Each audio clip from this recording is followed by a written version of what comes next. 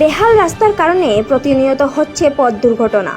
তাই বেহাল রাস্তা সংস্কারের দাবিতে কৃষ্ণপুর স্কুল সংলগ্ন এলাকায় ধর্মনগর থেকে পানিসাগর যাওয়ার মূল সড়কের উপর রাস্তা অবরোধ এলাকাবাসীদের।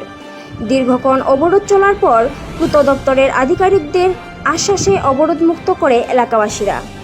প্রথমে আমি নমস্কার জানাই আমাদের এখানে যারা আছেন এলাকায় এখানে সমবেত সবাইকে আমার ব্যক্তিগত তরফ থেকে এবং দপ্তরের তরফ থেকে নমস্কার জানিয়ে আমি কথা বলছি।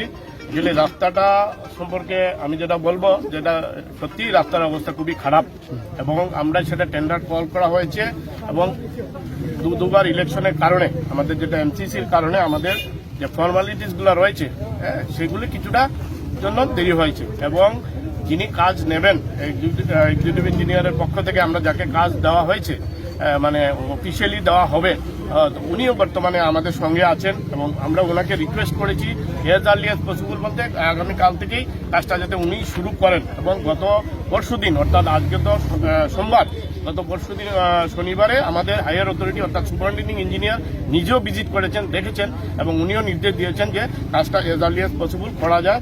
শুধু এই কাজ না, আমাদের পাশাপাশি আরো অন্যান্য রাস্তা যেগুলো রয়েছে সবগুলো কাজই হবে এবং দুর্গাপূজার আগে আমরা একটা ইস্যুরেন্স দিচ্ছি সমস্ত কাজ আমরা একদম আপ টু ডেট রাখবো, রাস্তাগুলো রাখবো, কারণ এখানে আমাদের আনন্দঘন অনুষ্ঠানে যাতে কোনো ধরনের কোনো সমস্যা না হয় সেজন্য আমরা আপ্রাণ চেষ্টা করব। আর কোয়ালিটির ব্যাপারে আমি যেটা বলবো, কাজের গুণগত মান নিয়ে আমরা এক চুলও আমরা নড়ব না। যদি কোথাও গুণগত মান নিয়ে কোনো কমপ্লেন পাওয়া যায় আমরা সঙ্গে সঙ্গে সঠিক পদক্ষেপ নেব। আমরা সেই ইন্স্যুরেন্স দিলাম এবং জনগণকে এটাও আশ্বস্ত করলাম যে আপনাদের যদি মনে হয় কোয়ালিটি কোথাও সমস্যা হচ্ছে আপনারা আমাদের সঙ্গে যোগাযোগ করবেন। বর্তমানে এক্সিকিউটিভ ইঞ্জিনিয়ার যিনি আছেন উনি ছুটিতে রয়েছেন, আমি চার্জে আছি, আমি সেই আশ্বাস দিয়ে গেলাম। কবে নাগাদ কাজ শুরু হতে পারে? আগামীকালকে থেকে আমরা আশা রাখি আগামীকালকে থেকেই উনি কাজটা শুরু করবেন। প্রিলিমিনারি কিছু কাজ করতে হবে, টেকনিক্যাল ব্যাপার, একসঙ্গে তো পুরো রাস্তা করা যাবে না, যেহেতু অনেকগুলো গর্ত রয়েছে। আমরা গর্তগুলো আগে ভরে তারপর আমাদের বড় কাজ যেহেতু, এবং কাজটা করার পর আমি অত্যন্ত পক্ষে আশাবাদী যেটা এমন স্মুথ হবে, এমন ভালো কাজ হবে আপনারাও নিজেরা তখন খুব স্যাটিসফাইড হবেন।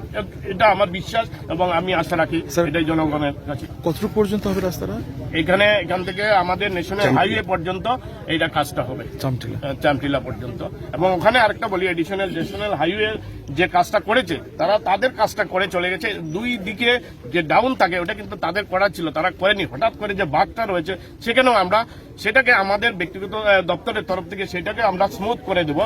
হঠাৎ করে যে টার্নিংটা আছে সেই টার্নিংটা আমরা বন্ধ করে আমরা সেটাকে যাতে গ্রাজুয়ালি মেনটেন করা যায় সেই কাজটা আমরা এডিশনাল কাজ হিসাবে আমরা হাতে নেব। Bureau report, Dharmanagar news online.